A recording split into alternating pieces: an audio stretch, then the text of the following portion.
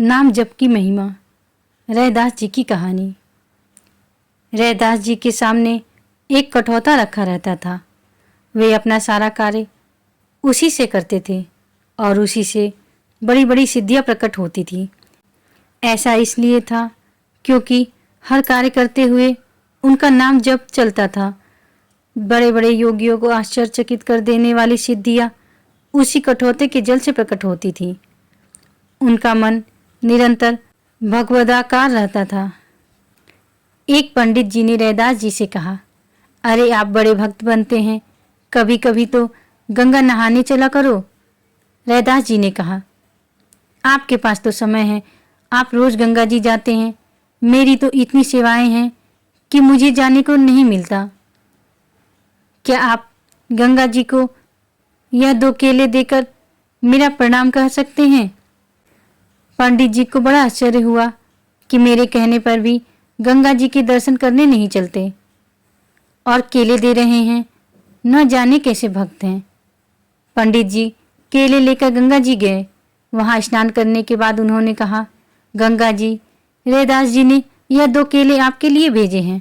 यह सुनते ही केले लेने के लिए गंगा जी के हाथ प्रकट हो गए और उन्होंने वो केले अपने हाथों से स्वीकार किए। गंगा जी ने एक स्वर्ण का चूड़ा पंडित जी को दिया और उसे रैदास जी को देने के लिए कहा। पंडित जी के मन में लालच आ गया और उन्होंने वो चूड़ा अपने पास रख लिया। अब वो जिस भी गली से जाते, अंत में रैदास जी के दरवाजे पर आकर ही रुकते। यह चमत्कार निरंतर नाम जप का था। एक बार गुरु गोरखनाथ जी कबीरदास जी के कहने पर रैदास जी से मिलने आए। रैदास जी ने उन्हें अपने कठौते से उनके खप्पर में पीने के लिए पानी दिया। गोरखनाथ जी ने देखा कि वो उसी कठौते से चमड़े को धो रहे थे। उन्होंने वो जल नहीं पिया और अपना खप्पर लेकर वापस कबीरदास जी के यहाँ गए। उन्होंने अपना खप्पर कबीरदास जी की पुत्री कमाली को दिया और वह जल फेंकने को कहा। कमाली जी को रैदास जी की स्थिति ज्ञात थी, तो उन्होंने उस खप्पर का सारा जल पी लिया। कुछ समय बाद कमाली जी की शादी हो गई। काफी समय बाद एक दिन गोरखनाथ जी घूमते घूमते उनके शहर में पहुंचे। गुरु गोरखनाथ जी ने कहा, क्या कोई ऐसा है जो मेरे इस खप्पर को भर पाए? जो इसे भर देगा मैं उसी के घर पर भोजन ग्रहण करूंगा। जैसे ही कोई उसमें राशन डालता था तो वह खप्पर सारा राशन खा जाता। लोगों ने खप्पर में बहुत राशन डालने की कोशिश की, लेकिन सारा राशन तुरंत खाली हो जाता। जब कमाली जी ने यह सुना तो उन्होंने गोरखनाथ जी को अपने यहाँ आमंत्रित किया। गोरखनाथ जी ने अपना खप्पर आगे किया और कहा, इसे भर दो। कमाली जी ने एक मुट्ठी अन्न लिया और उनके खप्पर में डाल दिया और उनका खप्पर भर गया। तब गोरखनाथ जी ने उनसे पूछा, तुमने यह चमत्कार कहाँ से सीखा? कमाली जी ने कहा, यह सब रैदास जी के उस कठौते के जल का ही कमाल है, जिसे आपने चमड़ा भिगोने वाला पानी समझा था। गोरखनाथ जी हैरान हो गए और उन्हें वह पानी न पीने का पछतावा हुआ। उसी समय गोरखनाथ जी रैदास जी के पास गए और उनसे पानी पिलाने का आग्रह किया। रैदास जी ने उन्हें जल दिया और कहा, अब तो यह जल चमड़े का ही रहेगा। उस समय बात अलग थी। ऐसे ही रैदास जी ने एक राजा को अपने कठौते से जल दिया। उस राजा ने उसे घृणित समझते हुए उसे पीने का नाटक किया और उसे अपने वस्त्रों में बहा दिया। जब धोबी ने वह कपड़े धोने से पहले अपने दांत से उनमें से कुछ निकालने की कोशिश की तो उस जल के पान से उसे दिव्य प्रकाश और आनंद की अनुभूति हुई। वो विकल हो गया और उसके अश्रु बहने लगे। उस कठौते के जल में ऐसा क्या चमत्कार था?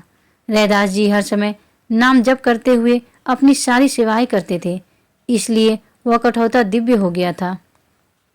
काशी के बड़े बड़े विद्वानों ने निर्णय किया कि रैदास जी को दंड दिलाया जाए, क्योंकि वो चमड़े का अपवित्र कार्य करने के बाद भी ठाकुर जी की सेवा करते हैं। उन्होंने वहां के राजा के कान भर दिए कि जिस राज्य में ऐसा अपवित्र कार्य होता है और जहां अनाधिकारी पुरुष ठाकुर सेवा करता है, वहां अकाल पड़ जाता है। इसके बाद रैदास जी को राजा द्वारा बुलाया गया। राजा ने उनसे कहा, आपको ठाकुर सेवा का अधिकार नहीं, पर फिर भी आप शास्त्रीय पद्धति से उनकी सेवा करते हैं, इससे हमारे राज्य में अकाल पड़ जाएगा। रैदास जी बोले, ठाकुर जी ही मुझसे सेवा चाहते हैं, अब इसमें मैं क्या करूं? राजा ने कहा, बस बातें बनाने से काम नहीं चलेगा, इसका प्रमाण क्या है? रैदास जी ने कहा, मैं अपने ठाकुर जी को विराजमान करता हूँ, आप बुला लो। अगर वो आपकी गोद में आ जाए तो मान लेंगे कि आप विद्वान जन जो कह रहे हैं वो ठीक है, और अगर मेरे बुलाने से ठाकुर जी आ जाए तो मान लेना कि ठाकुर जी मेरी सेवा स्वीकार करते हैं। सभी ब्राह्मणों ने राजा के सामने इसे स्वीकार कर लिया। अब सब ब्राह्मण वेदों के मंत्र पढ़कर ठाकुर जी को बुलाने लगे, लेकिन ठाकुर जी किसी के पास नहीं आए। ध्रुवदास जी ने लिखा है कि भक्तों की प्रेम में पुकार से जितना प्रभु प्रसन्न होते हैं उतना वेद मंत्रों से नहीं होते। जब रैदास जी ने अश्रु प्रवाह करते हुए ठाकुर जी को पुकारा तो ठाकुर जी सिंहासन सहित आकर उनकी छाती से लग गए। यह देखकर सब ब्राह्मण हैरान रह गए और उन्होंने कहा, नहीं नहीं, ऐसा नहीं है, यह इनके ठाकुर जी हैं, इसलिए ऐसा हुआ। हम अपने ठाकुर जी लाते हैं, फिर देखते हैं। रैदास जी इसके लिए भी राजी हो गए, लेकिन दोबारा वैसा ही हुआ। रैदास जी ने पुकारा और ठाकुर जी उनके पास आ गए। जब तक जीवन में भगवान के नाम का जप नहीं है, तब तक प्रभु के प्रति भाव नहीं है, तब तक कोई सिद्धांत ठाकुर जी को अधीन नहीं कर सकता। चाहे आप जितनी बड़ी साधना ही क्यों न कर ले, आपकी सारी साधना को काम, क्रोध, लोभ, मोह आदि विकार लूटते रहते हैं। साधक को पता भी नहीं चलता और वो भीतर से खाली बना रहता है। राम बिन संशय गांठ न छूटे, काम, क्रोध, मद, मोह, माया इन्हीं पंचनी मिली लूटे। रैदास जी कहते हैं, यदि भगवान के नाम का जाप नहीं है तो चाहे कुछ भी साधन कर लो, पर संशय की गांठ नहीं छूटेगी। राधे राधे।